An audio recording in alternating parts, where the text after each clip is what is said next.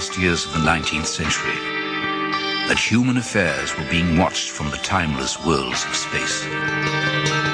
No one could have dreamed we were being scrutinized as someone with a microscope studies creatures that swarm and multiply in a drop of water. Few men even considered the possibility of life on other planets. And yet, across the gulf of space, minds immeasurably superior to ours regarded this Earth with envious eyes.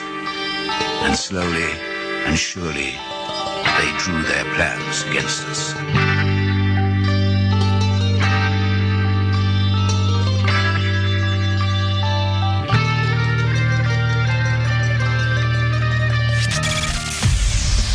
Broadcasting live from a tiny studio somewhere in North America. This is Dark Matters Radio Live. And now I give you your host, the silverback of ufology. Here's Don Ecker. And good evening, ladies and gentlemen. Oh, it's wonderful to be back. It's great to have you all here. Got a very special show tonight with one of my favorite people. More on that in just a moment, but I just wanted to make a couple of observations. Here we are, for all intents and purposes, the very end of June. We are literally on the cusp of July. Hot weather out here in sunny Southern California. It is pretty beautiful, but very warm today here where I am located in the San Fernando Valley. But with all of this virus business, and of course, we are increasingly, after loosening up a tiny bit, are being tightened down again because of all the noise and chatter about spikes in the number of cases. I got to tell you, I was kind of perplexed. Now, yesterday was my wife's birthday, and I always like to try to do something a little special when Vicky's birthday rolls around. But normally, I would have taken her out to dinner somewhere and really done it up right, but we couldn't. So there's a local restaurant in the vicinity here. I called them up and ordered some food and told them we would come down to pick it up. And I'm rooting around looking for my cloth mask. Now, here in sunny Southern California, according to our governor, the esteemed Gruesome Newsom, everybody's got to wear a mask when they go outside. And I can't find my cloth mask. Honest to God, it was getting a little funky anyway. So I told Vic, I said, you know what I'm going to do? And of course, as long as we've been together, she looked at me, cocked an eyebrow, and said, no, what? I said, well, I'm going to make a mask. So I went over to the kitchen cupboard. I pulled out a coffee filter. I got out a roll of duct tape, and I duct taped it to my face, and I looked in the mirror, and I was so impressed that I took a picture of it. As a matter of fact, I put it up on Facebook, and I sent a copy to our esteemed producer, Bill Skywatcher, and he writes me back, and he says, what the hell is that? So I told him, I said, this is my coffee mask filter. So anyway, you have to wear one. I had one on, but look, ladies and gentlemen, don't let this mask business fool you. Doesn't matter. Those virus particles are so tiny, they go right through those things. I am convinced, my own opinion, strictly my own personal opinion, this is just a control mechanism. Now, with that being said, Tonight, I have brought on the show. We were going to do it about a week or so ago, but the way things ended up, we ended up that night doing I think it was a best of show. Hell, it's all running together. I don't remember. But my guest tonight is fellow colleague and host of his very own show on KGRA, Mr. Marc Dantonio, one of my favorite guests, because I always have a great time when Marc is on the show. And he, of course, is the host of his program on Sunday evening, Sky Tour. Marc, it's great having you here, buddy. How are you doing? Don Ecker, the man. Okay, while you were talking about that story, I went up into your Facebook site and I saw the mask. And it's like, it really is a coffee filter with duct tape on your face. Yeah. Do you think I was kidding? Maybe you were mildly exaggerating, but in fact, you were not. It's a coffee filter with duct tape directly to your skin. I mean, talk about someone who's committed to keeping the public safe. Wink, Absolutely, buddy. You know, when this whole thing started, you mentioned this, and it's a refrain that I've been also saying. If you look at the size of the virus particles, all right, people wearing dust masks who think that's going to protect them, or wearing it where it's below their nose and they breathe out of their nose only, just because they have the mask near their face, they think it's protecting them or other people. It's patently ridiculous, you know. And so, as far as the efficacy of, as far as the things, whether they actually work or not, the ones I have do.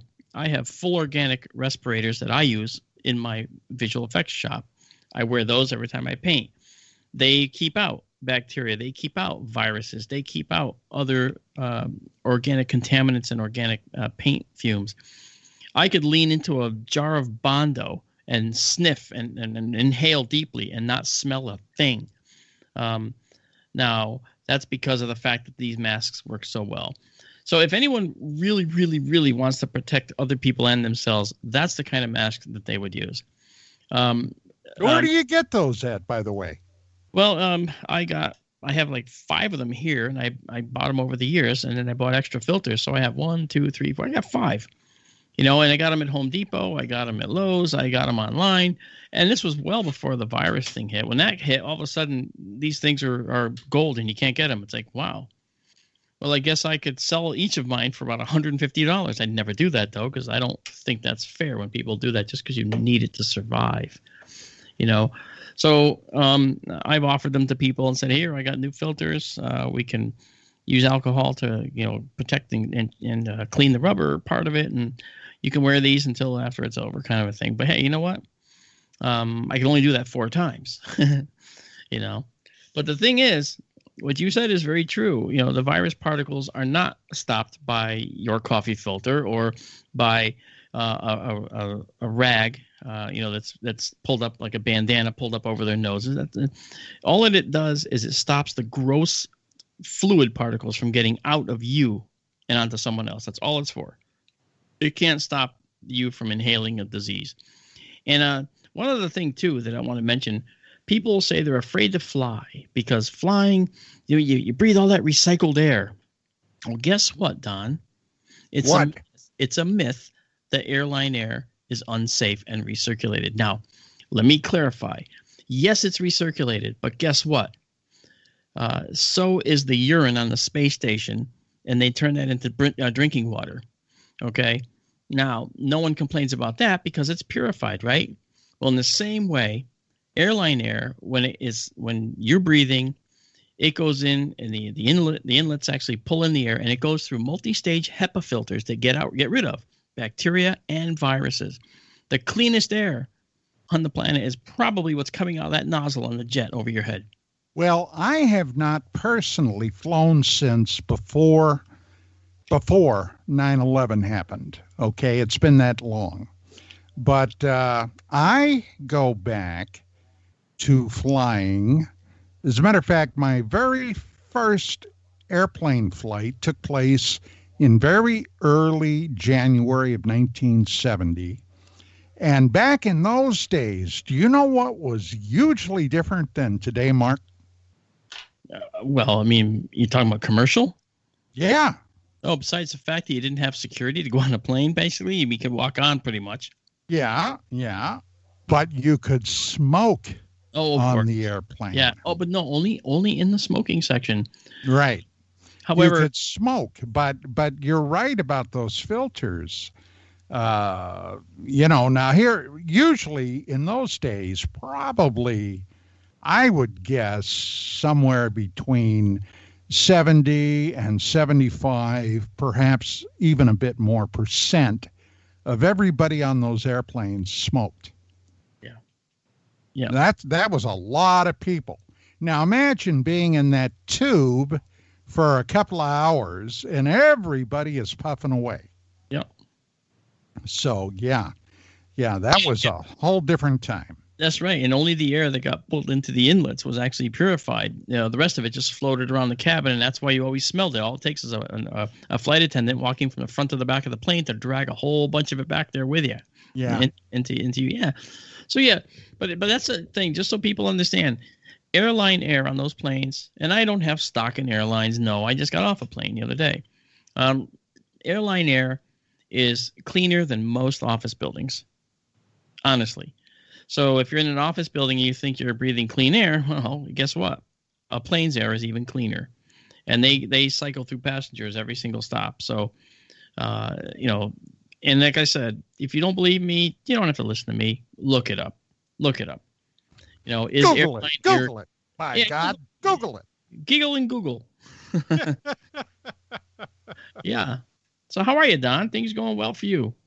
Let's see. How am I? Mark, I got to be honest, man. And I was telling this morning, early this morning, I generally get up somewhere between 5 and 5:30 most days. Jeez. And I wander out to the kitchen. I pour a cup of coffee. I've got a timer coffee pot, and at a little after 5 it starts to brew, and I sat down, turned on my phone, and I had a text from my niece, and it actually should have gone to my wife because it was saying happy birthday. Sure. So I immediately texted her back and I said, hon, actually it's your aunt's birthday.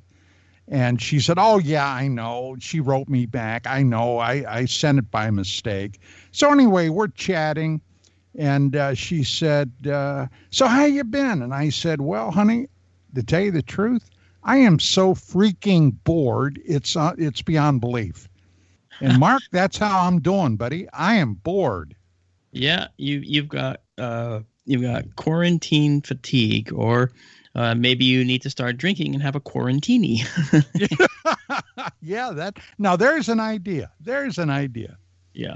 Now there's people out there that are going to say, hey, I like that. I'm going to make that a drink. Well, too late. I borrowed it from someone else who already did it.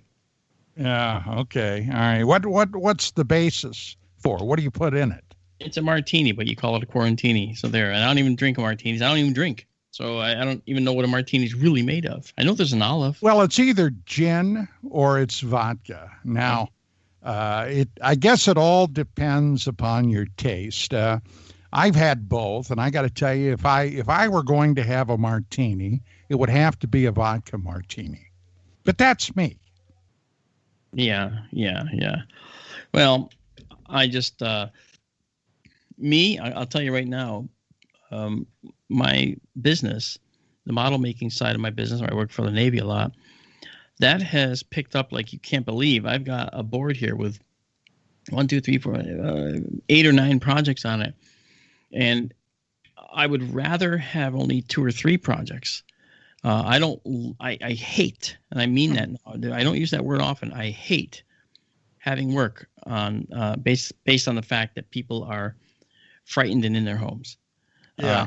And I cannot stand that. So I would. Well, I'm in my home, but I got to tell you, Mark, I'm not frightened. No, I guess frightened is the wrong word.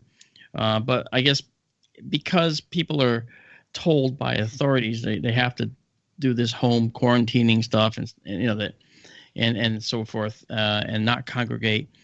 And we all want to say this sounds Orwellian. This sounds like we're going down that path. But it's actually, I think, a knee-jerk reaction that is more than knee-jerk. I mean, it's a reaction that is helping.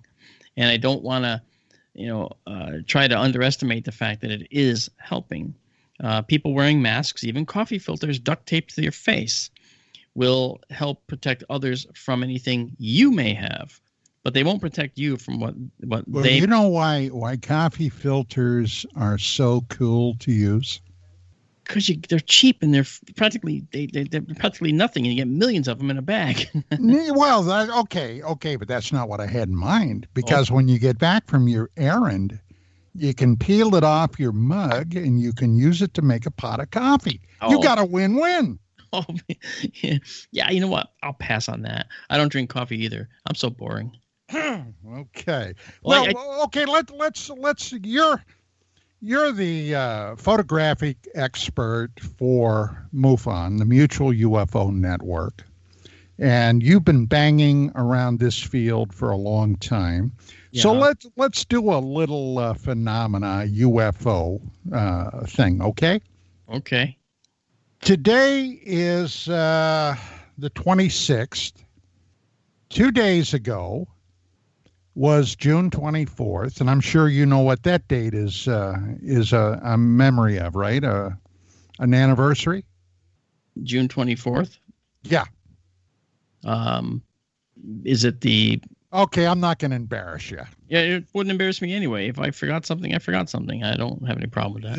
The Kenneth Arnold sighting on June 24th, 1947, of 9 unidentified objects flying above Mount Rainier.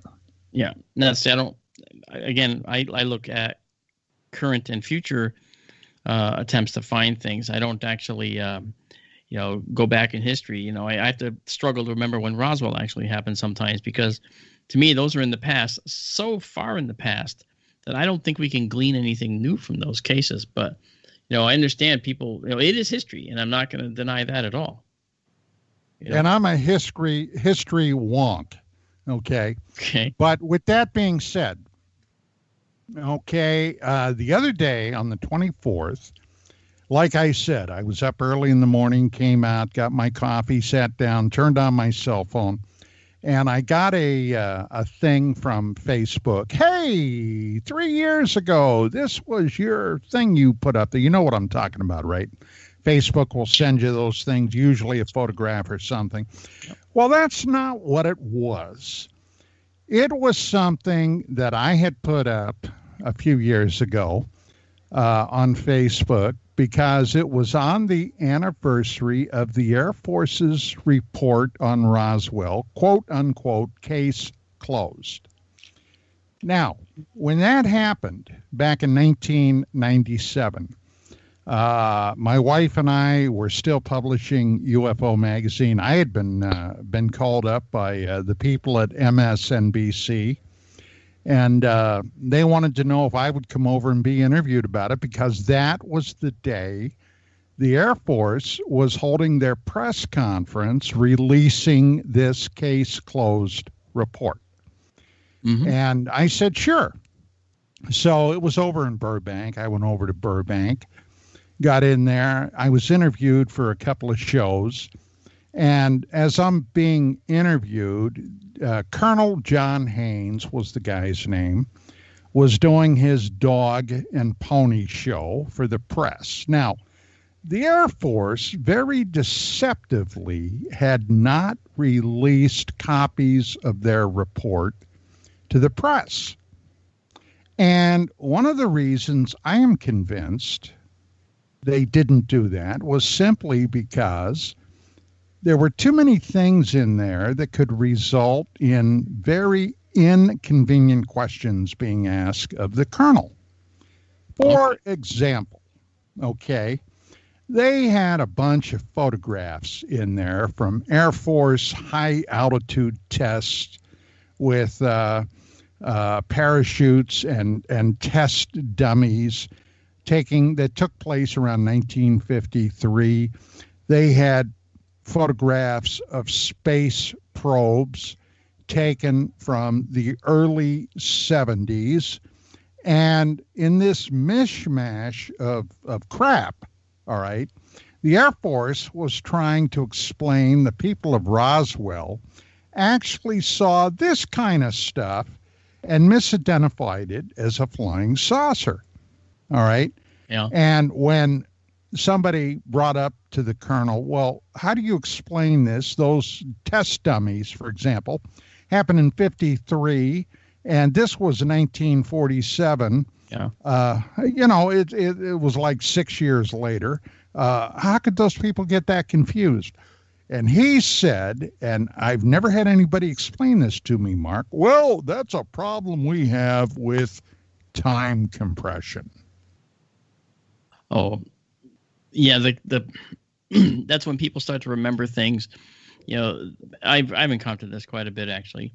You have too. I have too in our daily lives. You know, we think that we just put that stuff outside Wednesday, but it was actually Monday when you put it outside, or it was actually, earlier than that even. But we just think it was a couple days ago.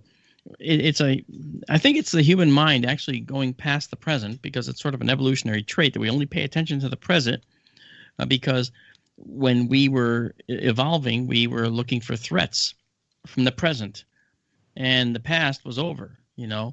So technically, we don't really need to concern ourselves with the past.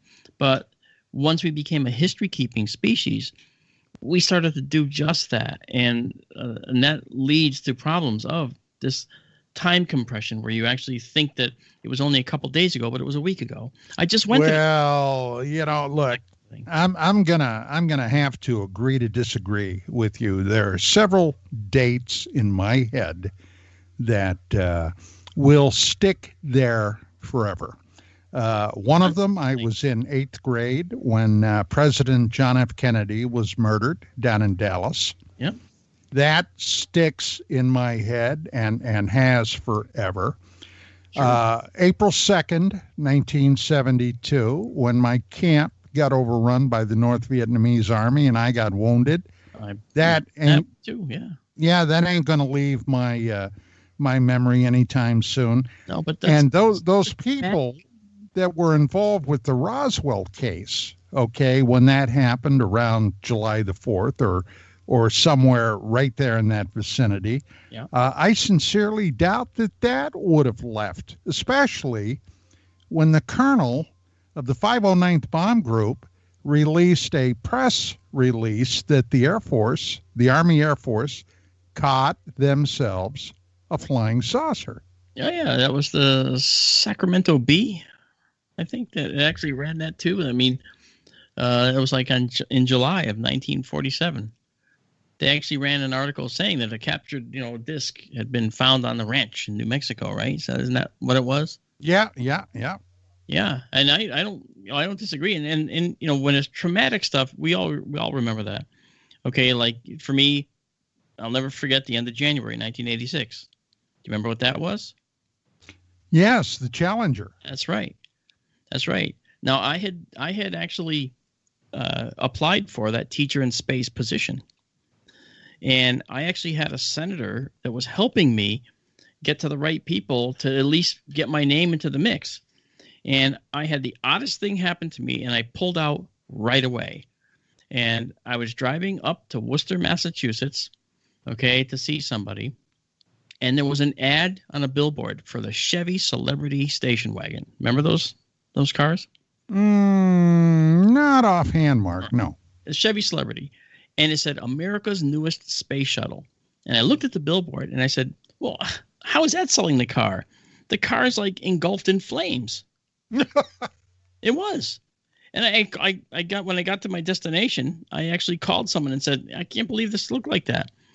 But I was looking at it from the road, and I'm looking at the road and looking at the billboard, and it's a car in flames. So I go back to the road, and I look back at the billboard, and it's nothing at all like that.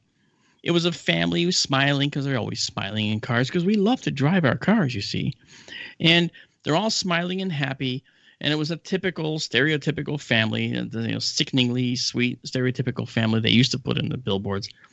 And I looked at it and said, whoa, why does it was not like that just a moment ago.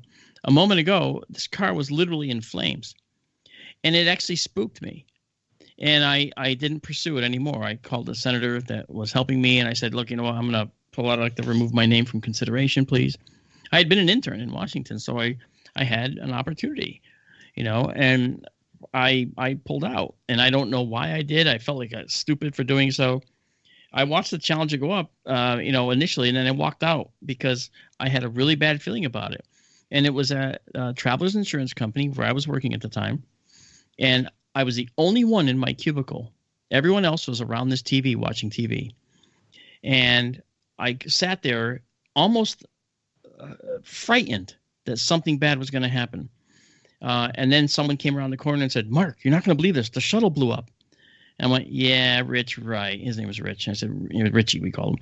Richie, yeah, right. And he goes, no, I'm serious. Come here. And sure enough, I went there and I saw the solid booster trail. So I was like, oh, my gosh.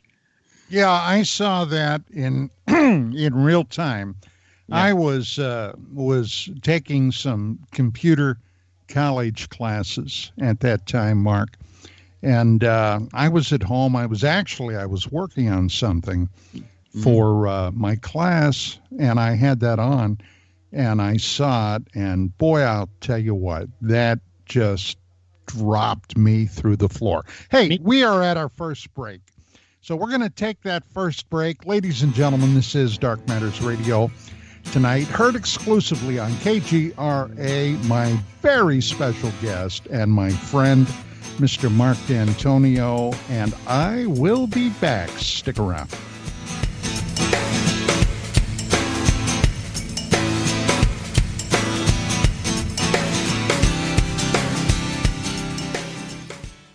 Permanent industrial glue impossible to remove? Not anymore, because Handyman Formula by D-Bond is a patented chemical adhesive remover. It's used in the building and home maintenance industry, but now it's available for your home use, for your DIY projects. Unglue stickers, silicone rubber, labels, price tags, flex tape, weather stripping, carpet glue, wood glue, liquid nails, even 3M 5200. And it dissolves graffiti. Yeah, graffiti. Handyman Formula by D-Bond works, and it's safe to use on most surfaces. No need to call a professional. Don't get out the pliers and blowtorch. Just apply a little Handyman Formula by D-Bond and wait 90 seconds, then quickly and easily pull the items apart.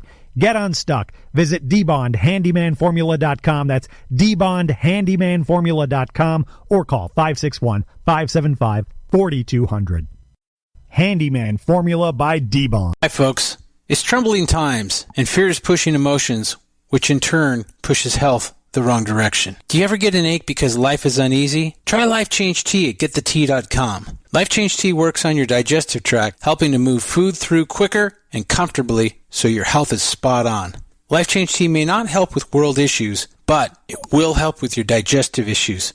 A glass a day helps keep the intruders away. So, change your life today. Log on to getthetea.com. That's getthetea.com. If your health game is off, get on by ordering Life Change Tea. Getthetea.com. And while you're on our site, look around at the great non-GMO organic supplements. And if you're a sales shopper, go to our specials page and see what's for you.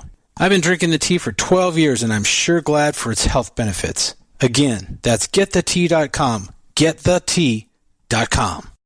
The tea that makes you go. Telepath is a weekly digital newsletter filled with the latest paranormal news, trending topics, and fresh articles from some of the most popular critical thinkers in the community today. Stay informed on your favorite paranormal podcasts and live streaming talk shows. Interact with the Telepath and upload your paranormal story or pics. It could be featured in an upcoming edition. Sign up right now for the free Telepath newsletter at paranormal.radio. That's paranormal.radio.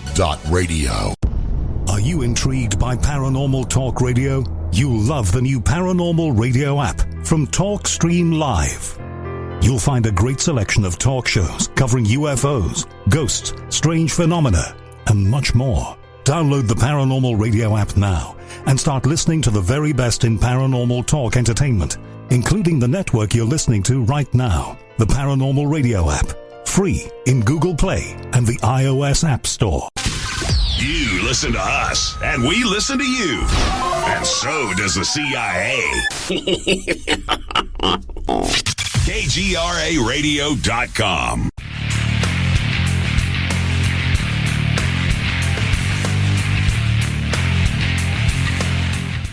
And we're back with my guest tonight, Mr. Marc Dantonio. Mark, speaking of, your show airs Sunday at 6 p.m.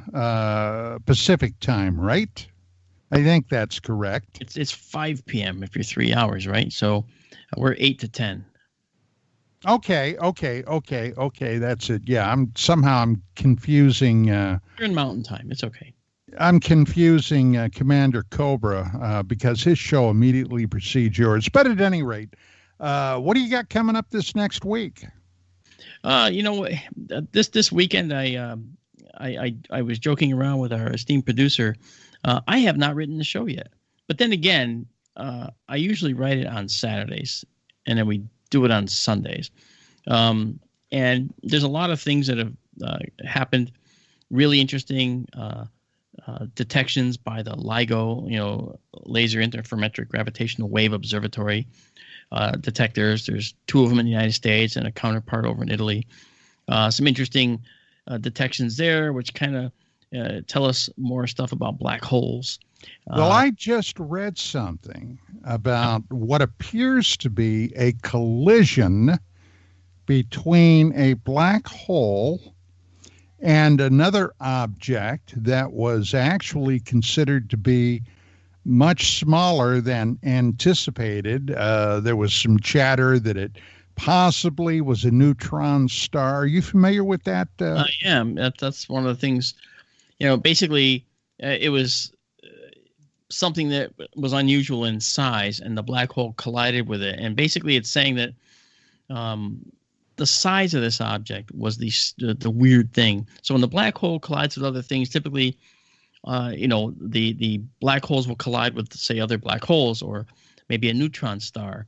But the thing is, we kind of know how big neutron stars are. We kind of know how big black holes can be mass-wise. And the one that collided in this little dance was about 20 times or more the mass of our sun. But the other thing that collided with it was only 2.5 times the sun's mass. That was really strange. So obviously, the astrophysics folks are going to actually look at and confirm that the masses were done right. Because mass means a whole lot, and mass is an intrinsic property of matter. And we can't say it's the weight of something, because weight requires a gravitational field. You have weight on Earth, okay, but your weight is a function of multiplying how much the gravitational field affects your mass, okay, and your mass times that gravitational force actually is your weight. So mass and weight are 2 different things. And so we're looking at things that have mass only because there's no such thing as weight in space, so to speak. It's sort of like a property of matter, mass is. So the thing that was interesting is this object that collided with the black hole was around 2.6 solar masses, okay? And the heaviest neutron stars, though, the heaviest, absolute heaviest, are 2.4 and no heavier. So this is something that collided with a black hole that we can't even imagine what it was. We don't know what it is yet. Now, could it be a special case of a neutron star? Well, maybe, but it would have to be a neutron star that we have never, ever seen before, which is okay, because astronomy is about trying to figure out all these things we've never seen before and figure out what it all means, So, like I said, neutron stars, 2.4 times the sun's mass. This one's 2.6. You might say, well, it's only 0.2. That certainly could be within the error bar, within the error.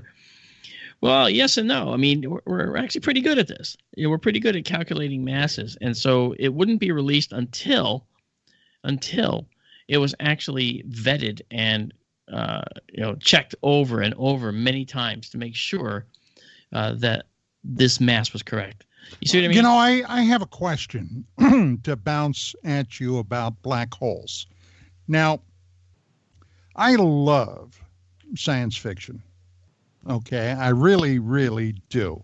Mm-hmm. And good science fiction is really something to me that's very special. Now, about roughly 20 years ago, there was a program that was on the air. I forget now what network it aired on, but it was a futuristic thing called Space Above and Beyond. Are you familiar with that by any chance? Yes, of course. I remember the song and everything. Okay. All right.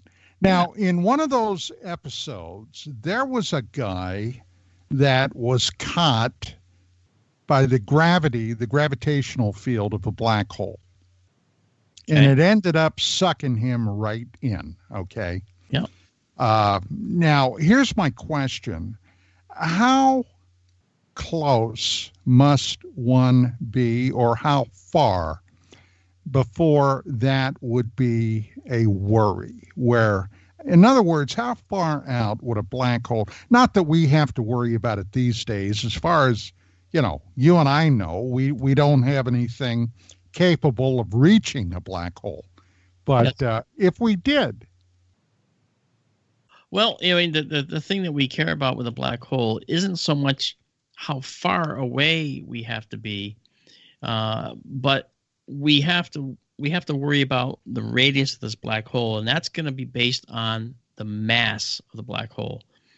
The heavier, sorry, I just said it myself, the more massive a black hole is, then the bigger distance from the center of the black hole, the special point of no return is. And that special point of no return is called the event horizon. And we can calculate how far out that event horizon has to be or should be from a black hole based on its mass. All right. We can figure out all of that because it's only the mass of the black hole that affects this radius of impossibility, this radius of no return, as I say. And everything else is a constant in the formula. It's just the mass we care about. So the more massive, the larger this point of no return is. For instance, at the center of this galaxy, 55 million light years away, where we actually imaged the black hole. Remember that image, Don, of the black hole from a year or two ago? You saw it. It was in a 55 million year old. It was orange. They showed it in orange because it was radio light. In our galaxy? No, it was in the center of a very, very. Oh, I was going to say our galaxy is only 100,000 light years across. You said 55 million. Yeah. Okay, is that our closest galactic neighbor? No. Actually, the closest galaxy to us is, if you don't count the large and small Magellanic Clouds, which are little satellite dwarf galaxies that surround, right, is the Andromeda Galaxy. And that's over 2 million light years away. See, I mean, you're an astronomer, you know, you like astronomy, so I can talk turkey with you. You understand all this. So yeah, but this other galaxy is 55 million light years away. It's called that's a fur piece. Yeah, it's a fur piece away. Yeah. Mm-hmm. You can't get there from here. That's what my relatives in Maine used to say. So what happens is that radius of the black hole calculated for that galaxy, it's called a supermassive black hole, an SMBH, right? These are in the center of galaxies. We have one here in our galaxy, right? This one here in this Virgo galaxy, it's in there too. These are likely in many, if not all, of these galaxies. And when they calculated the size of the of that black hole's radius, it was based on its mass, as we figured out. It turns out, now if you can imagine this, the point at which light can no longer escape from a black hole is that point where we're talking about, the point of no return. It's called the event horizon. It's called the Schwarzschild radius, whatever you want to call it. But if you look at that particular black hole, that supermassive black hole, 55 million light years away, that black hole was more than 6 times the diameter of our entire solar system. My God. And you can't even, it took us 15 years to get to Pluto. It's pretty much the fastest speed we've ever traveled. How long do you think it would take to go 6 times that? Oh my God, yeah. And that's like 12 times that, because we're actually talking about the radius going from here to Pluto. And basically, black holes are nothing more than gigantic cannibals. Well, in a sense they are, but here's a little factoid that you probably know, but maybe your listeners don't. If our sun, which can't, but if our sun ever became a black hole, say we could magically flip a switch and turn our sun into a black hole, our planets would just continue orbiting around. Mercury would keep going around. Nothing would happen. They wouldn't spiral in and get sucked in, because if we left it all the same mass, it means it would have the same gravity. But our sun is too small in mass, too low mass to actually become a black hole ever. So we won't have to worry about that. But at some point it will become a red giant, and then we are, well, not we, but the planet is toast. Yeah, that's right. When it runs out of hydrogen fuel, stars try to burn more things. They try to fuse more things. So let's get a little closer to Earth, Mark. Now, we have in Europe the Hadron Collider. Yeah. Right? Where we are, humans, are conducting physics experiments, high particle physics experiments. Now, this is something that I've thought about, not a lot, but I have thought about it. Yep. We have, in that Hadron Collider, created microscopic black holes, haven't we? I think that they looked at very, very tiny black holes. I'm not sure. I know that the big thing there was to try to find the evidence of the Higgs field. The Higgs boson basically is a part of the God particle. Yeah, the God particle. And why is it called the God particle? You may know this, I'm not sure, but it's because anything that moves through the field, this energy field generated by this Higgs interaction, all right, gets mass from the travel through the field. Okay, I know that's kind of tough to understand, but then again, quantum mechanics is very, very difficult to understand. But the Higgs field imparts mass to things. So when we talk about objects getting their mass, which means we can have stars form because of the gravitational forces that are accumulating as this gas cloud becomes more and more massive, it condenses and condenses, crushes down. Finally, the temperature inside the core gets hot enough to create a special reaction called fusion, which is an ongoing reaction. All it needs is more fusion and other isotopes of hydrogen and helium to persist, and it goes on. And this, of course, leads to the formation of solar systems and star systems and planets.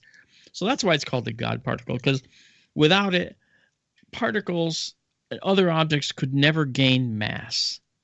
And that's not intuitive, but it is what the Higgs particle is actually all about. Now, I'm going to throw you a curveball. Okay. Is it from high gravity field? Sure. Why not? We'll say it is. Even if it's not, we'll say it is. Say it. Okay.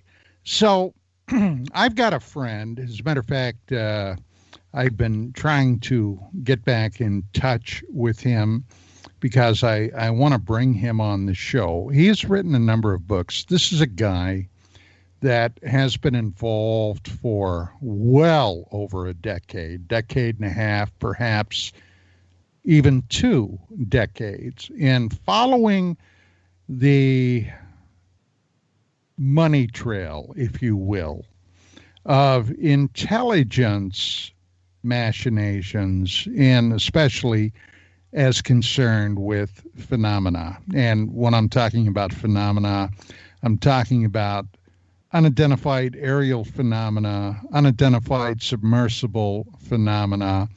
I'm talking about all those things that basically have burst once again to the forefront in the last 3 or 4 years with the TikTok and all these other high-tech whatevers they are.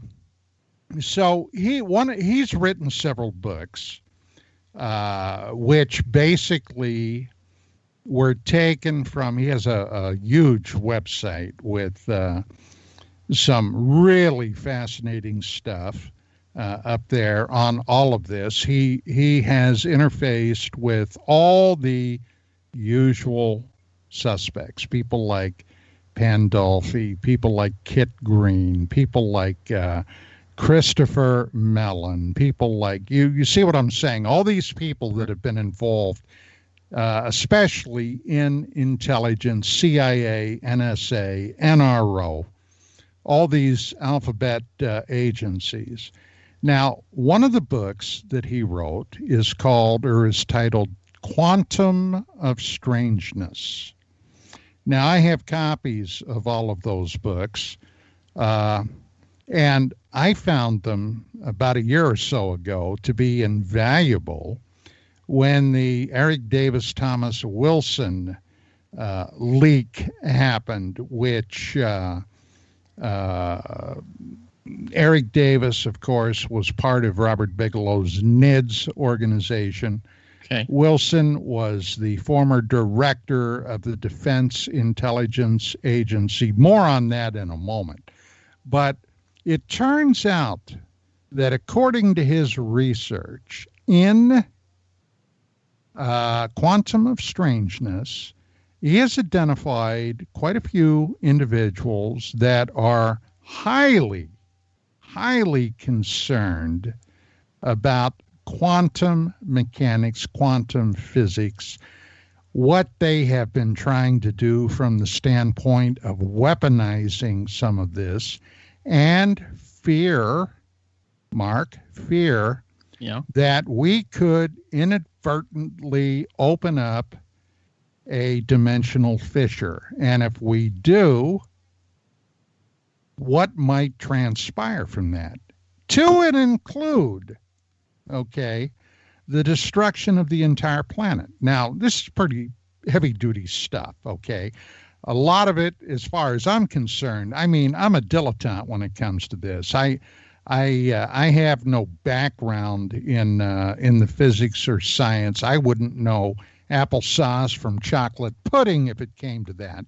But the bottom line is the way that this guy, his name is Gary Beckham, the way he described it, there are quite a few people. Now, with something like the Hadron Collider, I am sure that someone at some point must have been concerned that we could inadvertently open up an entryway or a passageway to another dimension. What do you think about that?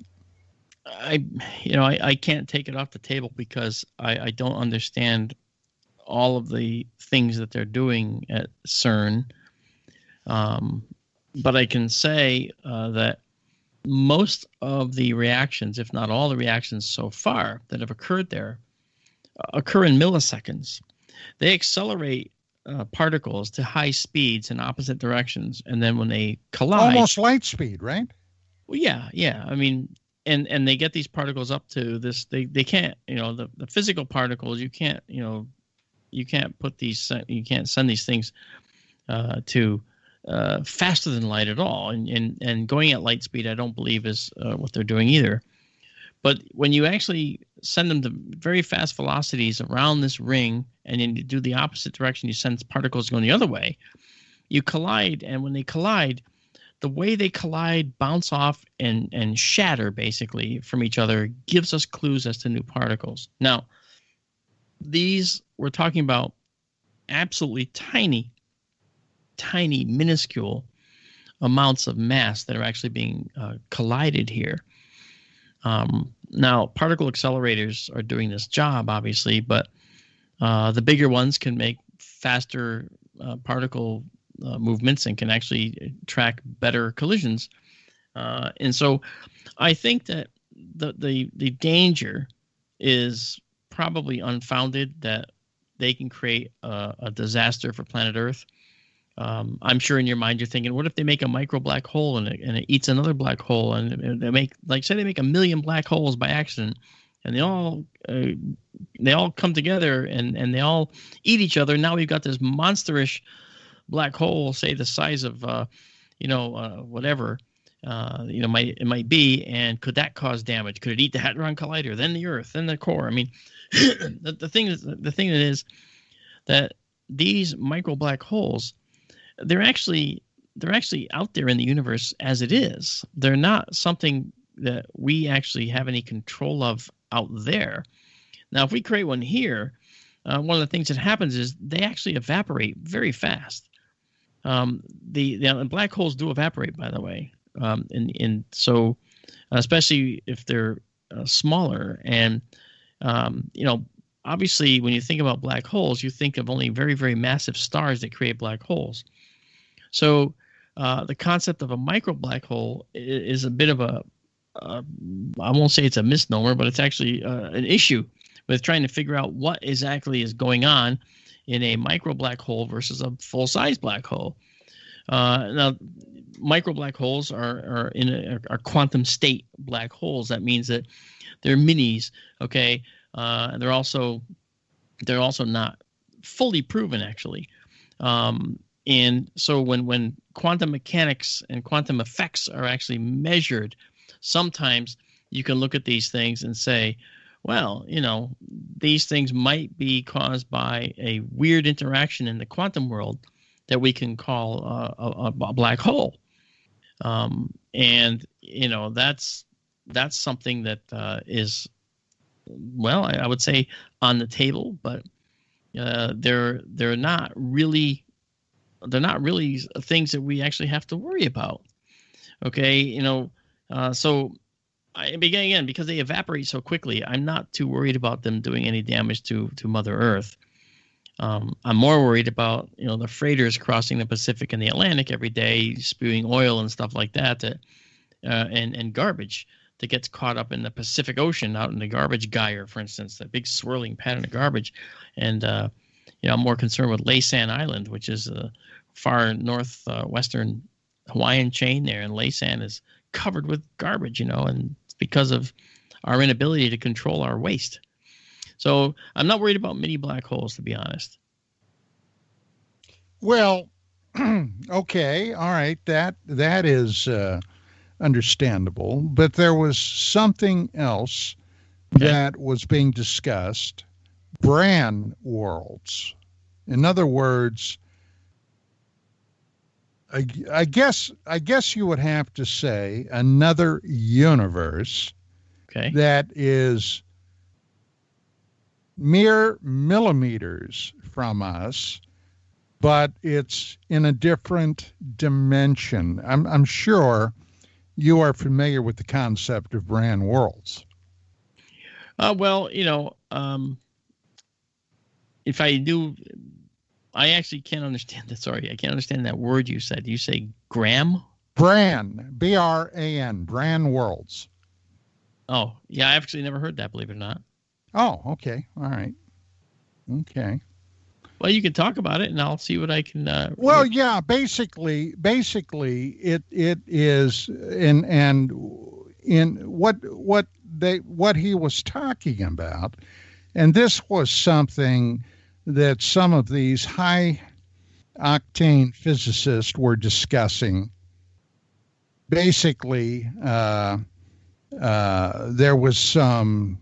Well, it might have involved the Hadron Collider, but there was some talk of a fear that if we inadvertently punctured through the dimension and we would open up basically a portal, that suddenly this fracture or tear would end up coming through, enveloping everything. As a matter of fact, the whole solar system would be enveloped within a very short time, reaching out then into the universe. And basically, now, of course, I don't know how much of this is a result of doing too much, chasing the dragon too much opium or whatever. But at one point down the road, this thing would have the effect of basically destroying our universe as we know it. Okay. I mean, again, you know what, Don? I can't say that something like that couldn't happen, but I do know from the point of view, and I still don't. When you say brand worlds, world, yes, I've never heard that term. What's actually come from? Where's that term actually come from? Well, that was something that came from that book, Quantum of Strangeness, by Gary Beckham, and it came from people that were studying it within DoD. Okay. All right. Yeah, I never actually heard the term, believe it or not. But I can tell you that as far as opening a tear in other dimensions, I put it to you that it's already sort of happening, but in a natural way. I think that the concept of there being of the multiverse is a very, very important concept, and it comes out of the fact that there isn't enough mass for the Big Bang as we know it to have occurred. Are you familiar with that? Oh, yes, I am. And as a matter of fact, I hate to do this, but I made a vow to myself tonight that I was going to try to hit all the marks, and we're seconds away from the top of the hour. Yes, we are. So let me ask you to pause right there. Ladies and gentlemen, this is Dark Matters Radio tonight. My special guest, and boy, this is one of the reasons I love having Marc Dantonio on the show, because he has so much goody stuff that pops out during the process. But we will be back after the top of the hour. Stick around. We got another hour coming up.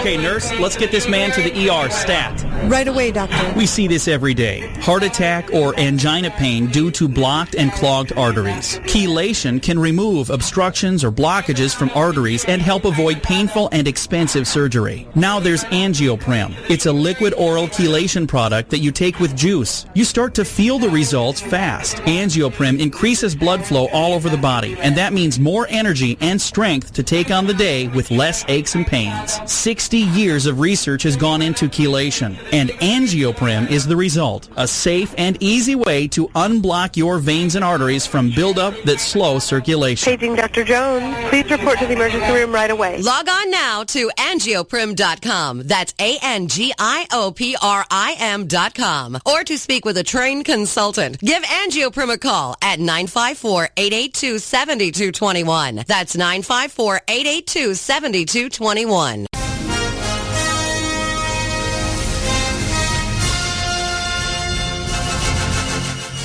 Hello, this is Commander Cobra of Task Force Griffin, KGR Radio, KGRradio.com.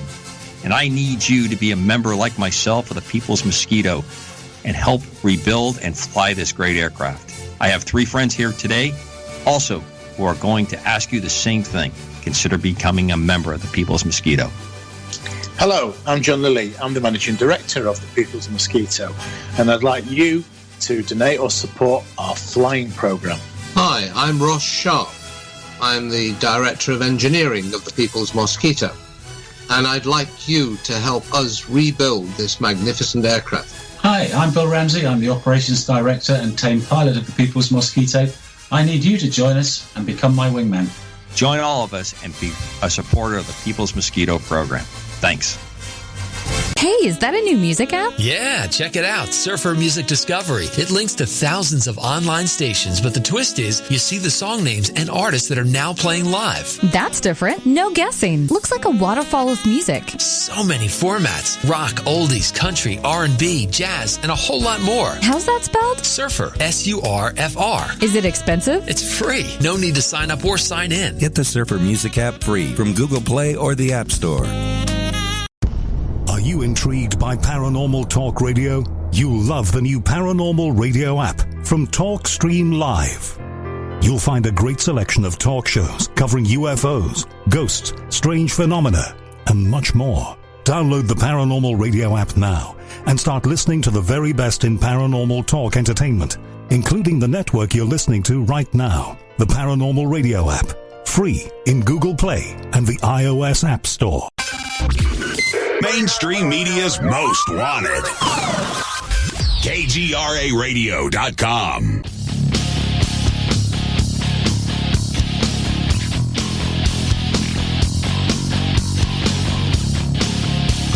And we are back with my guest, Mr. Marc Dantonio, who does on Sunday evenings the Sky Tour radio show right here on KGRA.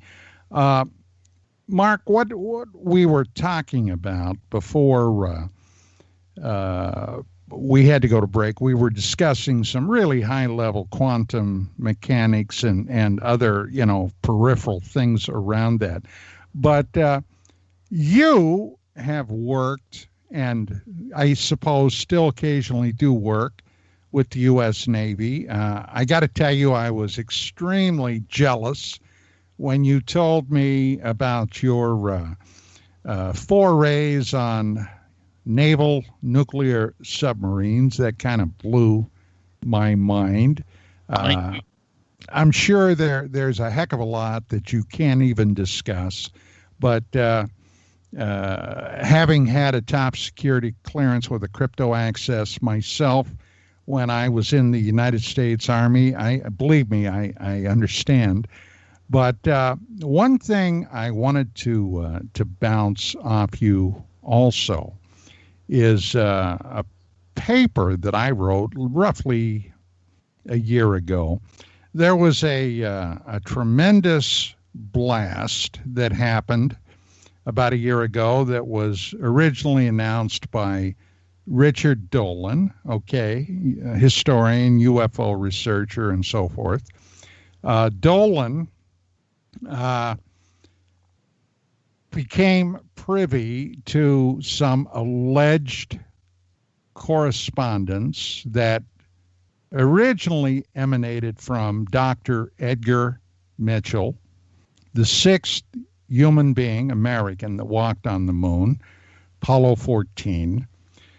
Mitchell was infamous for a number of reasons, not the least of which he was very public about his attempts to utilize extrasensory perception coming back from the moon. He later began some rather esoteric organizations, but he had a deep, deep fascination with unidentified flying objects. Now, it was his belief that not only were many UFOs or UAPs in fact extraterrestrial, but that there may in fact even be extraterrestrials right here on the Earth, even walking among us today, masquerading as Homo sapiens sapiens, and for all we know, perhaps they are. Perhaps they are the ones who originally put our species here to begin with, or at least tinkered with it. Who knows? These are all big questions in the air. But Mitchell, who had a military career behind him, who was a PhD, and as I said, was an astronaut, he walked on the moon. Yeah, I'm sorry? Apollo 14. He was. Yes, Apollo 14. And he had connections with Admiral Thomas Wilson, who at the time was the director of DIA. Now, so the story goes, Mitchell had approached him in his capacity as a former astronaut with all the other accolades behind him, asking Wilson what the real story was about UFOs. In fact, are they being covered up by elements within the United States government? Are they here? Are we aware of it, et cetera, et cetera? Now, if you believe the trail that this leads down, yeah, a number of other people also ended up having connections with Admiral Wilson, including journalist Billy Cox.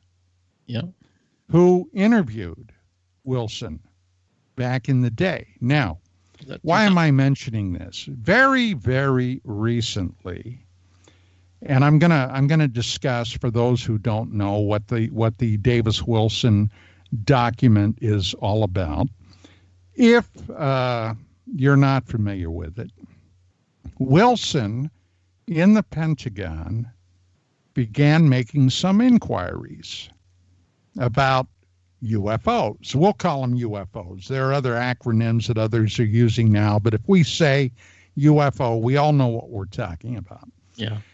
And somewhere along the line, so the story goes, and this is basically reiterated in this document that came out, that originally was in Edgar Mitchell's archives, which were discovered after he passed away in 2016.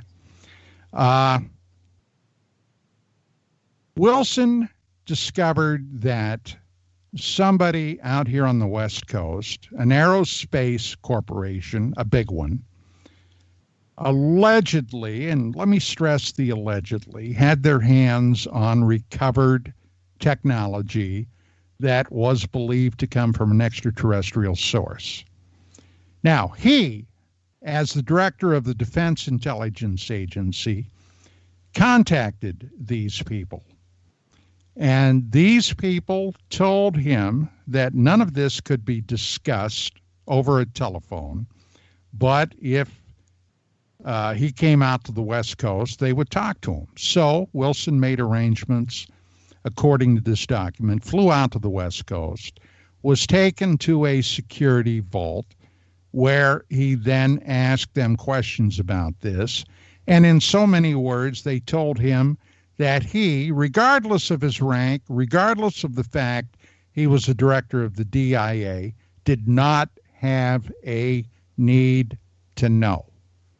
So in other words, let me just boil the fat off it. We're not telling you anything. You can go back to Foggy Bottom, end of story.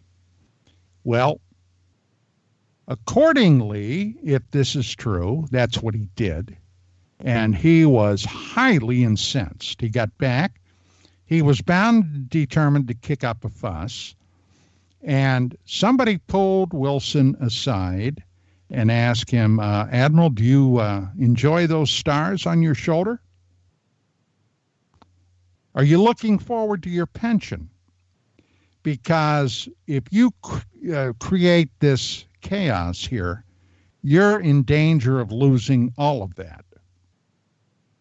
And he shut up. Now, then Eric Davis, who was put on to him by other people, including Edgar Mitchell.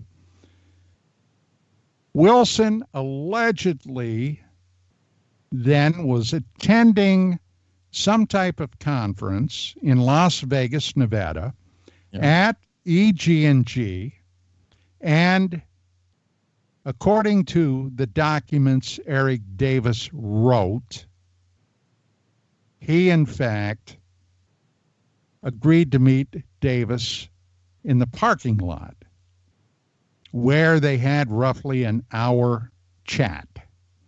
And according to these documents, Davis took notes. I'm convinced he had a recorder, probably a digital recorder. He recorded all this from basically their meeting. And it turns out that this project was an SAP project. Now, for all of you out there that do not know what SAP stands for, it means Special Access Program. This is so highly classified that even those in the know, if they are asked about it, are required by law to lie. Even acknowledging you have information that there is such a project, is illegal. Now, I'm sure you knew that, Mark. Absolutely. I mean, I've been subject to that for many years in the past, yeah. So, in other words, recently, Admiral Wilson was contacted by a number of people, and he stated that this entire process alleging his meeting with Eric Davis was a lie. He absolutely refuted the whole thing, which, by the very nature of if some corporation had a flying saucer, we'll just call it that because everybody knows what a flying saucer is, right, and they were attempting to back engineer it, this would be such a highly classified thing that it would be a special access program, which meant that even if you knew that such a thing, you don't have to know anything about it except that it's there. You would have to, by law, lie about it. Well, Wilson has. He's denied. Now, not surprising to me, okay, but Eric Davis has been noticeably absent. He has not been available for anything. The guy has gone underground. Now, that's basically what's been going on with this. So, a lot of people are ready to shred this entire thing because of Wilson's denial of the whole thing. But they apparently are not aware of this SAP component to it, Mark. Yeah. I mean, isn't it also true, if I remember this right, didn't Wilson deny that he even actually looked for or asked for UFO documentation? I believe he did, yeah. Yeah, and I think he said that he never even asked for it. So who knows who's lying and who's telling the truth? It's like, it's crazy. For those of us that have had strange experiences, yeah, I mean, these experiences could be explained in some other mundane way, or even in a mundane but fantastical way, that occurred to you, because to you've never seen this before. It could be crazy. And so I understand that, and I just don't know. It's hard today to know, especially when you're talking about people in the know. It's hard to know where people stand and if you're actually hearing the truth. And so I don't know if Wilson's telling the truth and this was blown out of proportion by Greer, or if this was an absolute true thing that Wilson finally panicked because of his pension and decided to, clam up about. You know what I mean? We don't know. And that's part of that past stuff that again, when you're looking into the past, it's like, it's going to get convoluted and muddy. I prefer to be able to, find if they're here now and get proof right this second of something here. Well, we're talking about something, Mark. Now, this may sound extreme to a lot of people that don't have any knowledge or experience with intelligence, military intelligence, and what have you. But I believe, and I don't know where you're going to come down on this, but under the right circumstances, if somebody overturned the wrong rock, okay, they could end up very quickly among the missing and the dead. Some of this stuff is that sensitive. Would you agree? Yeah, I don't disagree with that at all. Yeah. Clearly. I mean, you can't, well, I will say this. In the current climate, if you want to, if you think that there's a deep state thing going on and you think that everyone's watching and everyone's always listening, which I don't think that's true. I think that they want you to think that they're always listening. They want you to think that they can always see, but I really think they got a huge number of blind spots. I don't believe that's true at all. I think that if they put their mind to it, they can, but I don't think that they're doing that to everybody. I don't think every cell phone conversation is recorded. I don't think every person walking down the street is captured and stored for later. I don't think that's true at all. They'd want you to believe that's true, but I don't think we don't remotely have that capability because we don't have the. All right, you are somebody, okay, that has worked with DOD. Yes. And you were present, and I can say this because you've publicly talked about this before. You were present during a voyage on a United States naval nuclear submarine when they encountered a fast walker traveling at excessive speed under the water. Yep. You approached a senior flag officer in the Navy and inquired about that. And what happened?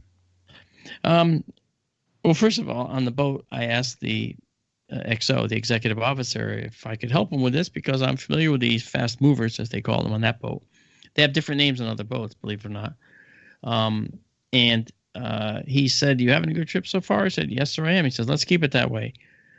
And that was that. And we were actually very friendly with each other before that and after that. So it's like, just don't cross this line and you'll be fine. And he never stated anything about it again. No warnings, no nothing to sign, blah, blah, blah. And then a few years later, I actually had to do a job for the Joint Chiefs. And I got to meet some of them. And I had one particular encounter with one where I asked him if he could tell me anything about the Fast Mover program. And I was trying not to say anything. And in my mind, I'm saying, don't say it, don't say it, don't say it. And I hear the words through my ears coming out that they're saying, what's this Fast Mover program? Can you tell me about it? So it's like, my mind was like in running through all these contrary thoughts, and the wrong one came out. And he could have said, "I have no idea what that is," or "I don't know what you're talking about." But he didn't say that. He said, "Oh, I can't talk about that program. I'm sorry." And he smiled. And that was the end of the conversation. I was perplexed, but then I realized, and stunned into silence, because basically he was saying the program by that name exists. Now, is it to study underwater UFOs? We call USOs, unknown submerged objects. Maybe. But I also found out something else, Don, and that is, now this was decades ago now that this all happened. Recently, in the last couple of years, the Navy was granted patents for what it's called hypersonic underwater and aerial vehicles. Hypersonic underwater vehicles. Obviously, craft that can move faster than the speed of sound underwater. Now, they were granted... That blows my mind. Yes, and because the nearest possibility is these very clumsy Skval torpedo that the Russians make, which is a torpedo which goes around 200 miles an hour. It might be 200 knots. Underwater? Yes, and it creates a steam sheath around the head that travels to the aft end. So effectively, it's moving through a sort of a rarefied little atmosphere that it creates, and so it's not held back by the force of the water so much. So it can go about 200 knots or miles an hour underwater. However, the consequence of using that thing is that it literally goes pretty much in a straight line, and it's the loudest thing in the ocean. So it's a desperation weapon, and it says, "I'm over here. Okay, you can kill us now." And everyone would hear it. Everyone would know where you are, and you would, of course, be gone. It would be like the last shot you fire, basically. Well, with this thing was barely noticeable. It was there and it was gone. And the kid called it out immediately, and it turns out that it wasn't an anomaly. They checked, or he checked. I don't know how.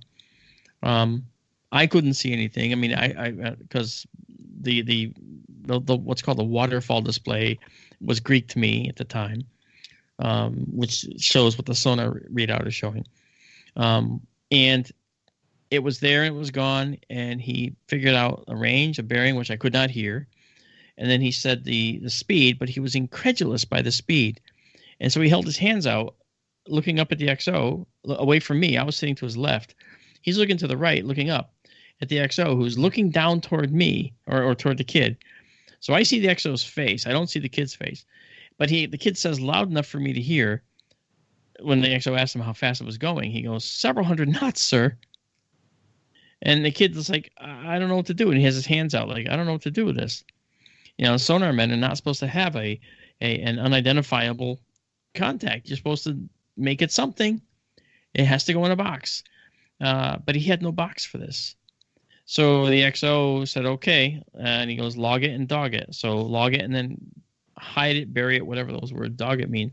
Dog the hatch, close the hatch, seal it up.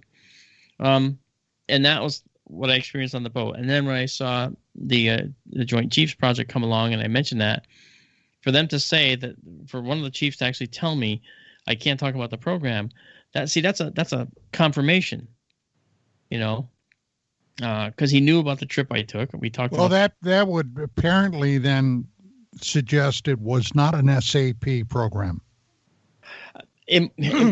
Yeah, but then again, maybe. But it could have been. Let's take this on another path. Let's say it was one of ours, and we have to figure out what "quote unquote" ours means. If it was this hypersonic underwater vehicle, it would do what this one did, and it would actually act the way this thing acted. But now you're looking at the time frame. We're talking about decades ago. And everyone wants to say, "Oh, they've had time travel for 100 years," that kind of thing, which I think is baloney. Okay, frankly, we are a human race. We are fallible. We don't have technology that is going to save us all from an asteroid strike just hiding and waiting for us. We are very vulnerable, and I don't think that this technology is lying in wait just to be used. I don't think big giant anti-asteroid guns are going to pop out of everyone's neighborhood and start shooting up into space. And we didn't even know they were there, put in place by the giant tunnels you see that crisscross the entire United States that no one knows about as well. I don't think any of that's true either. I think there's nuggets of truth in all of it. There is a nugget of truth maybe, in the tunnel thing. Well, someone was digging a big tunnel for whatever reason, and they just extrapolated that to the science fiction realm. But, science fiction does become science fact over time, and so maybe we will do this. Well, let me tell you a little story. This has something to do with what you were just talking about. But in 1971, I was in Okinawa, and I was stationed there before going back to Vietnam. Yeah. And this had to be, late in the week, like a Thursday or a Friday, and an Australian ship came into Okinawa and docked, and they gave their crew liberty. Okay. Well, I met a group of these guys, and I always loved the Australians. Okay. Yeah. They were just some great guys. So we ended up going out and having some beers and, doing what young servicemen do, especially, here was Australians, I was American, so we could see who would tell the biggest lie, that kind of thing over beers. And this one guy looked at me and he said, you Yanks really got some hot stuff or some hot toys. And now remember, this is about 71. Yeah. And I didn't know what he was talking about, or I didn't think I knew what he was talking about. He said, well, we are always on the hunt for like Russian submarines, Chinese submarines. That's what we do. And I said, yeah. He said, well, you know what? He said, we've tracked your underwater nuclear subs. And he said, mate, he said, we've tracked them going in excess of 50 knots underwater. Yeah. Now, this was like 1971. Now, what do I know about submarines? Well, I know about World War II movies, submarines, Run Silent, Run Deep, that kind of stuff, where they'd be creeping along at 2 or 3 miles an hour underwater. But this guy is telling me that they track one going 50. Now, does that mean they could go faster? What the hell's the deal? So, even back then, I knew we had some pretty high-tech stuff. Yeah, and you got to keep in mind that submarines that are going that high rate of speed are usually in the process of doing a dive, accelerating dive. So, they are heavy, and if they remove enough of their ballast, they can actually drop pretty quickly. I do know when the Seawolf class submarine was being tested, I think it was off Bermuda or the Bahamas. I can't remember which one. It's one of those. They were actually diving, and they went almost 100 miles an hour underwater. Wow. With this big boat. And when they pulled out of this dive, they ripped off one of their stern planes, and they had to limp back to Groton at 5 miles an hour. It was how do they keep from hitting a damn whale, Mark?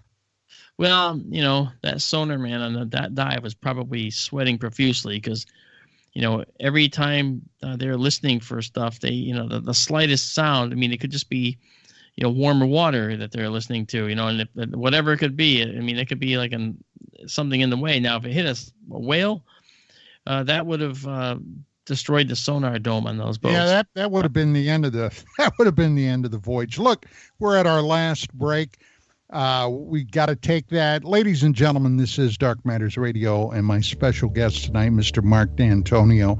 Make sure you tune in Sunday afternoon, Mark, and SkyTour Radio, immediately following Commander Cobra's Task Force Griffin. We'll be back in just a minute. Stick around.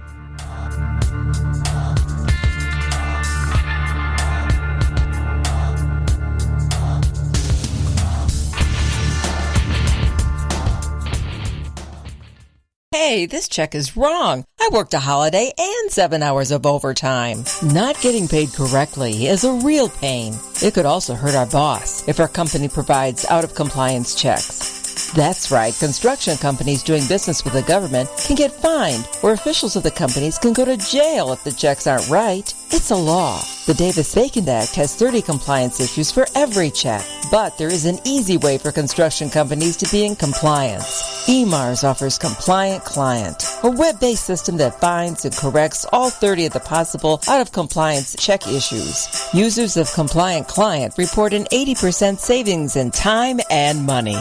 Running a weekly payroll usually takes about 5 minutes. All 15,000 plus clients of EMARS have never had a legal compliance issue. Plus, they sleep better on check day. Contact EMARS at emarsinc.com or call 480-595-0466. Ew, yuck. They're unhealthy and gross. Bugs, I hate bugs. We keep a clean home, but occasionally bugs show up. Well, I found something that is tougher than bugs. Orange Guard. From contact, it kills bugs. Plus, Orange Guard kills hidden bugs and keeps new bugs away for weeks. I know. I use Orange Guard. Plus, all of the ingredients of Orange Guard are on the FDA generally regarded as safe list. Orange Guard may be used around food, humans, and pets. It promotes a healthier planet, and here's a bonus. Orange Guard cleans where it's sprayed. Plus, it comes with a 30-day money-back guarantee. Orange Guard. You can get Orange Guard at Ace Hardware. And listen, folks, Orange Guard is tougher than bugs, and it's safe to use. Go to orangeguard.com. That's orangeguard.com. Telepath is a weekly digital newsletter filled with the latest paranormal news, trending topics, and fresh articles from some of the most popular critical thinkers in the community today. Stay informed on your favorite paranormal podcasts and live streaming talk shows. Interact with the Telepath and upload your paranormal story or pics. It could be featured in an upcoming edition. Sign up right now for the free Telepath newsletter at paranormal.radio. That's paranormal.radio. Are you intrigued by Paranormal Talk Radio? You'll love the new Paranormal Radio app from TalkStream Live. You'll find a great selection of talk shows covering UFOs, ghosts, strange phenomena, and much more. Download the Paranormal Radio app now and start listening to the very best in paranormal talk entertainment, including the network you're listening to right now, the Paranormal Radio app. Free in Google Play and the iOS App Store. Your contact for current news and trending topics. KGRAradio.com.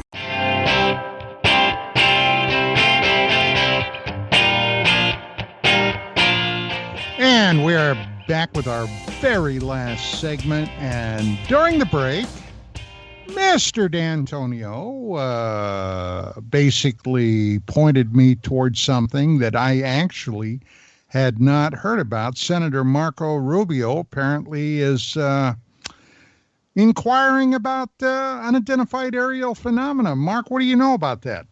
Well, he was talking about, with the revelations of ATIP, that perhaps, the Advanced Aerospace Threat Identification Program, he was talking about the fact that this program has continued under another name potentially, and maybe it's time to actually look at that too and find out what's going on and if there is some type of aerial threat to us, advanced or otherwise. So I think, to be honest, I know that Richard Dolan, my buddy, he's a good friend, he's a really good guy, and other folks are talking about disclosure, and maybe this is part of the coming disclosure. And what's funny is, you look at the Navy. I always knew that it would be the Navy that would first, crack this egg and talk about the fact that these things are out there because they're encountering them in the seas all the time. I say all the time, more frequently than other folks. Now, the air wings of the Nimitz group actually encountered these things and talked about them in which is what the ATIP program was about. But for many years, decades before that, there were things in the ocean. I was talking about the thing that we saw. I say we saw. I mean that I was part of witnessing the sound from it, I guess you'd say. Decades before ATIP and decades before any of this came out. And I was talking about that as something that was incredible in our oceans. And now, when you look at ATIP, right, you have this object, this tic-tac that you talked about earlier, coming down to the ocean level, as Commander Fravor talks about, and then there's something bubbling up underneath it, like from the ocean. Could that have been a USO coming up beneath it at the interface of water to air and doing something, whatever they do, if they do anything at all, and then going away? Maybe. So I find it to be really interesting, and I think Rubio is probably, again, I can't speak for him, but he's probably also thinking, look, if these things are out there and these things are intelligent, well, then we should know about it. We should just make this public. And I don't disagree with any of that. Well, it's been an open secret out here in Southern California, Mark, that USOs, unidentified submersible objects, are being encountered and are being seen all the time in the vicinity of Catalina Island and down around Santa Monica out in the bay. Yeah. These things are routinely sighted. As a matter of fact, my buddy Richard Saraday, was a school teacher for years, and he never made any, secret of the fact that these things interested him in his class. And in free time, his class would often ask him about some of this stuff. And he had several of his students come to him and tell him about sighting these things off of Santa Monica on a number of occasions. They were described as green lights entering the ocean and leaving the ocean. So, there's no doubt in my mind that these things are out there. Now, that begs another question. Years ago, when Vicki and I were still publishing UFO Magazine, we received, a disc, a compact disc, with a new book that was coming out at the time by a former remote viewer that was established in the official remote viewing program, okay, when it became public knowledge. Yeah. And basically, this guy, and I don't remember his name right now, I'd have to go back in my records and look, had remotely viewed what he claimed were 5 extraterrestrial bases presently on planet Earth. A number of them in the ocean depths, and a couple in very remote mountain areas. Now, I wanted to ask you, does that make sense to you? I mean, if you had the technology and you were on a distant planet here to do whatever your mission was, would it make sense to have an inaccessible, deeply positioned base in the middle of the ocean? That would seem to be a no-brainer to me. And for me too. People say, well, why not the far side of the moon? Because the far side of the moon is occupied. Well, the far side of the moon is as known to us as the near side of the moon. Okay, we have satellites orbiting the moon. We know every square inch of the moon down to about 30 feet. Right. For us. So if you're going to hide, you don't want to hide there because you can't easily, I should say. I always say, and this is something I've always said, and I've heard other people say, which does my heart good. I always say, they will go where we are not. And where we are not is in the deep ocean. If they can go through the gulf of interstellar space, then they can certainly go underwater as easily as we can change the sign on a pressure equation to go from negative pressure to positive pressure. They could do the same. And maybe they have an interdimensional capability where they're kind of partially in our dimension, partially not. And this sort of goes to your, when you were called a brand world before, I was puzzling that and ruminating about what did he mean, brand world? What does that mean? And Carol Carl, she sent me a message, maybe he means brain. And I think she's right. I think maybe it meant membrane. And that corresponds more to what you might have been thinking, or maybe what he was talking about. I don't know, Don. But if they can go kind of off of our brain, a membrane of our dimensional space, and kind of be in that netherworld in between their potential dimensions and ours, then it's possible that they aren't going to be subject to deep ocean pressure, for instance, and they could sit there for an interminable amount of time and just travel that way. This would explain a lot of things. It would explain why they seem to appear and disappear. When you see them in the air, they shimmer and change colors. That's explainable by this process. They appear in one spot of the sky, vanish, and appear in a totally different spot in the sky. That can be explained by this process. So there's a lot of processes that can be explained just by, again, it's the rigorous application of science, though, that's going to explain it. And unfortunately, it's science that we don't fully understand at this point. But I do think that it's possible that they're going to be in the deep ocean, because that's where we are not. Well, I have always been of the opinion that if anybody from off-world is coming here, the likelihood is that it's more than one group. And there, over the years, and all the years that I've been involved in the field, over the years, I have encountered, well, a lot of different stories and information. And there seems to be an underlying thread that at least one group of those visitors are, in fact, very similar to humans, to us. And Mark, I have suspected that doing whatever it is they're doing, that we have some of those beings passing as human, walking among us. Do you consider that a possibility?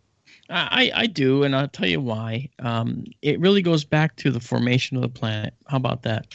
It goes back to where we draw our energy from chemically. And we draw energy from oxygen in our atmosphere, don't we? And we're carbon-based beings, aren't we? So carbon is ubiquitous. It's delivered by meteorites. It's delivered by asteroids and comets. The Earth itself makes carbon-based compounds. Every single living thing on this Earth uses carbon, hydrogen, oxygen, nitrogen, phosphorus, and sulfur, which you can abbreviate CHOMPS, okay? And that's the basis for DNA, okay? And every creature has DNA. So of these, again, truly hundreds of millions of different species on this planet of life, every one of them started from the same roots and uses DNA and oxygen.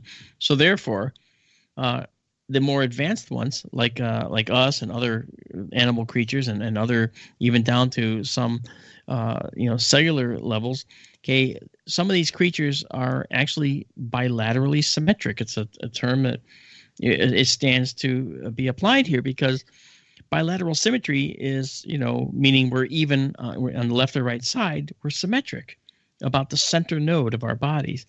Now, that might be a consequence of how DNA replicates, but whatever the reason, okay, never mind why, whatever the reason, it's important to understand, I think, that all creatures show some level of symmetry.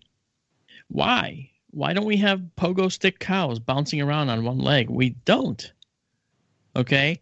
We have symmetric life forms. Although that'd be pretty funny to watch. It wouldn't be like, come here, Bessie, boing, boing, boing. Darn it all. She got away from me again. Velma, go get me that milking machine and bring me the harness for that foot.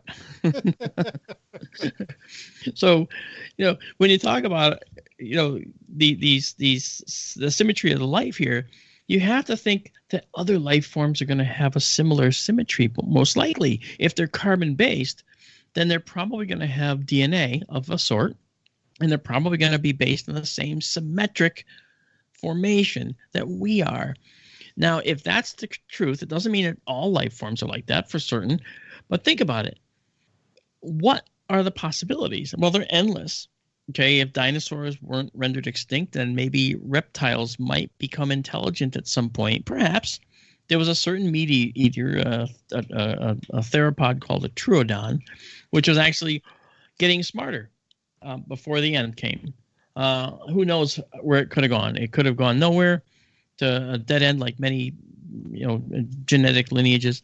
A lot of those remains were found in the Arctic. As a matter of fact, I just saw something like yesterday or today on my cell phone, a documentary concerned with the number of animals and remains found in the Arctic, not the Antarctic, but the Arctic, dating back over 70 million years ago, when it was quite a bit warmer, still cold, but quite a bit warmer, and had a huge dinosaur population. Yeah. And those meat eaters were up there apparently doing pretty damn well.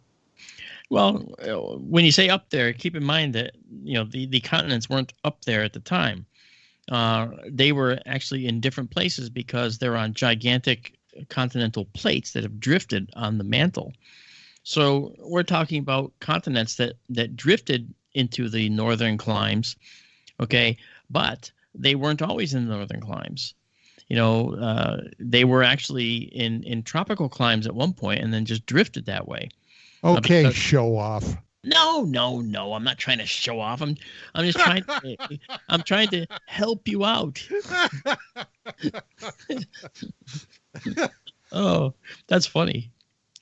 But see my point though about the symmetry, and one more thing to say though, which I think is really important. People say, why would they find us here? Why in the world would alien life even know to find us? I mean, we're as Carl Sagan said, we are a pale blue dot. Well, that pale blue dot is us, yes. But how would anyone find us? And the answer really has to do with our atmosphere. We are a young species. We're only 5,000 years into our record keeping, so to speak, of our civilization, if you want to look at it that way. This time around, for whatever that's worth. for whatever that's worth. Yeah, fair enough. And in that 5,000 years, we've learned how to look for other planets around other stars. We've found many planets around other stars. We've figured there's other Earths like ours out there.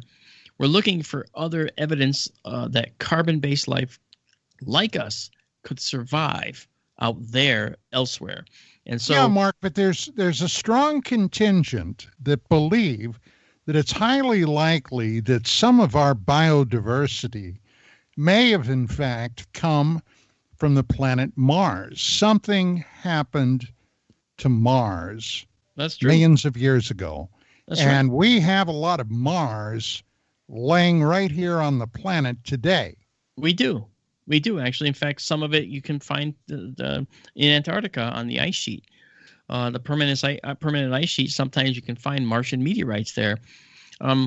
It's very possible that something that happened on Mars could have had, we know Mars had some major impacts that blew massive amounts of debris out into space, along with some of its atmosphere, in fact. And some of that could have eventually made it here, and has made it here over time, and has been somewhat controversial, in fact. But that said, that material could have it could have been panspermia, right? Where some of the building blocks of life and possibly, I won't say dormant life, but I guess sort of, on the edge of life, materials were sent here from Mars. That's possible because Mars was much warmer, much wetter, and had a substantial atmosphere in the past.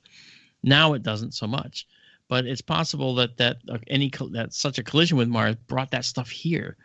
And I'll tell you, Don, that is stuff that just keeps me awake at night. I love this stuff because if we look, we look at Mars, we can look at its atmosphere, and from here we can see that it's mostly, carbon dioxide. Mars actually has some oxygen on it, but it's not, it's not anything to speak of. But if we were an alien civilization 50 light years away, or say 1,000 light years away, and we're looking for other planets that would house carbon-based life like us, if we were carbon-based on that planet, we would need oxygen to turn into energy. That's what we need as a carbon-based species. And we would look for atmospheres that have oxygen in it. And we would look for the relative amounts of oxygen versus other materials. If there's carbon dioxide, if there's methane, in certain amounts, it could indicate the presence of oxygen if we couldn't see it right away. And what that would tell us is, hey, there's oxygen in this atmosphere. And we know that's important for the following reason. Oxygen doesn't like to be there. Oxygen likes to, it catalyzes, it oxidizes, right? So it wants to bind with other elements in the soils and the atmosphere, So it would bind with iron compounds in the ground and form Fe2O3, which is rust. Okay, note the O3. That's 3 oxygen atoms there. And this means that we would have an atmosphere that's constantly getting replenished with oxygen for there still to be oxygen in our atmosphere. And if that's the case, any alien species is going to look at that oxygen level they could be 10,000 light years away and see the oxygen. And if they could travel interstellar in some of the ways that are theorized, then they could have been here and gone and been here again and again and again, because we would stand out like a bright blue beacon in the night, without any doubt in my mind. And well, let's go back to Mars for a second, just a second. Sure. There have been observed tremendous expulsions of methane gas. Now, methane is the byproduct, as we all know or should know, of biological processes. Right. Now, the big question is, where in the world is methane being produced on Mars? Well, see, there's a couple of things that can happen here. Let's pretend there's no life on Mars for a moment. Volcanoes can produce methane gas. Okay, methane gas is a product. It's carbon and hydrogen atoms, right? CH3, and methane gas will actually be released by processes that are tied to volcanic activity. Methane gas can also be created. Yeah, but volcanism is absent on Mars, Mark, as far as we know. That's where I'm going. And So we would tie that to volcano activity. Yet when we look at Mars, as you just pointed out very, very eloquently, Mars is essentially tectonically and geologically dead. We don't see a lot of activity. There's some, but there's not a lot. And what this tells us is that this methane is a puzzle. Now, could it have been methane that was stored underground as an ice that was released in the Martian summer? Well, we call those methane ices hydrates, or clathrates. And these methane hydrate fields we have in the bottom of our ocean, and they're held in this ice state because they're under pressure from above by the water. So if that pressure changes on Mars because the pressure increases slightly in the Martian summer, then maybe it could be spontaneously released. And that's a possibility. We can't say it's not.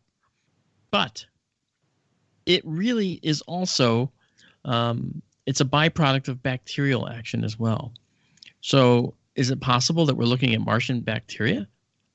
We can't take that off the table either. In any case, it's a very, very worthwhile avenue to study. And I think that Martian methane is going to be on the table for some time to come. What do you suspect is the likelihood of simple life like lichens on Mars? I'm currently leaning right now, because of what we know about the surface conditions on Mars, I'm currently leaning not toward lichens, but toward microbial life underground. For instance, at the south pole of Mars, which has a south polar cap of carbon dioxide ice and some water ice, and the north pole of Mars similar. Well, at the south pole, through radar studies, they found I think it's a 12-kilometer long underground lake under that ice cap. 12 kilometers long, held as water. We know water can't exist on the surface of Mars because the pressure is too low. But you add some weight above it, above the water, and you can get water, liquid water. All right. And we have the weight from the mass of sedimentary rock above this. And the weight of the ice. So this actually holds the water in a liquid state under the polar cap, south polar cap. I think that there could very well be microbial life there. Now, why? Well, we know that life requires, here on Earth, most life that we know of, that everybody knows every day, uses the sun to get energy. Photosynthetic, right? Photosynthesis. We convert light into energy. The energy is used to feed the animal. The animal then, is consumed by another animal in a chain. It goes on and on. However, we also know that in the deep ocean, there is no light. We know that there are these black sulfide smoking chimneys that are spewing this mineral-laden water at over 900 degrees Fahrenheit. And this material coming out is a feast for these bacteria because they love eating the methane that is coming out.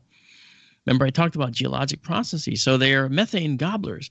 And then the methane gobblers are consumed by other gobblers of the methane-eating bacteria and on up the chain. And, this process that's going on in the deep ocean is something that's not photosynthetic. It's chemosynthetic. It's based on chemosynthesis. And chemosynthesis is something that is the reason why I think we can look at Europa, Jupiter's moon Europa, and figure, hey, maybe there's life under the major ice cap on Europa. Maybe there's life under the south pole of Saturn's moon Enceladus. Maybe deep underground Titan, there might even be life. Saturn's moon Titan in microbial form. And maybe on Mars, there might be chemosynthetic life under the south polar cap at the very least. You see what I mean? So I think, just like my book, The Populated Universe, talks about, I think that life in the universe is actually the rule, not the exception, for all these reasons. Life finds a way, right?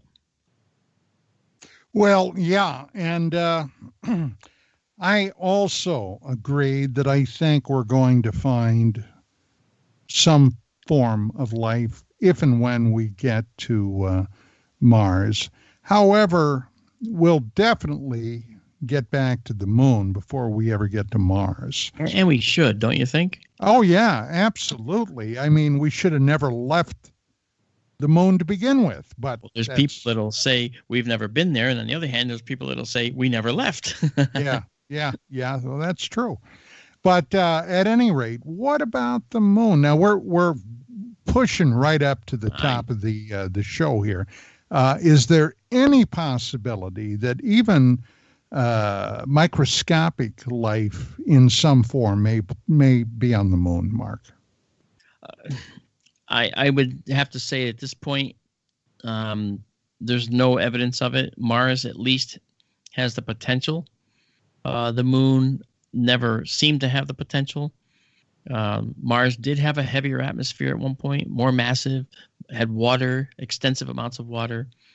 It lost most of that through many processes that we've talked about in the past on SkyTour Radio, but we could always talk about it some other show.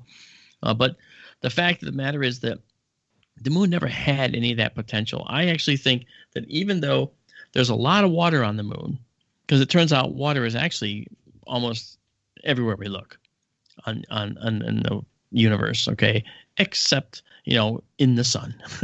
Okay. Well, buddy, as much as I would love to keep going, we are, for all intents and purposes, out of time. What's coming up real quick with you, Mark?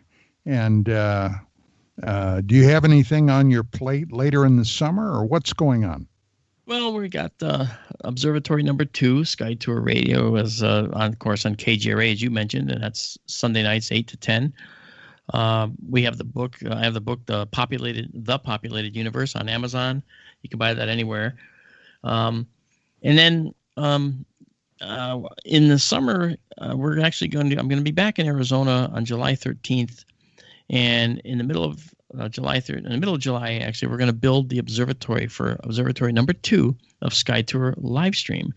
Observatory number one is here in Connecticut. Observatory number 2 is going into the Sonoran Desert in Arizona.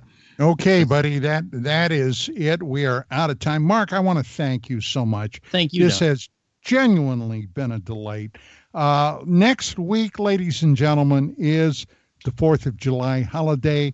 KGRA will not be live, but of course we will have our best of shows will be coming up. We'll see you again live in about 2 weeks. And in the meantime, keep your eyes pointed up, keep your ear to the ground, and that is it for tonight. Mark, once again, thank you much. Thank you, Don.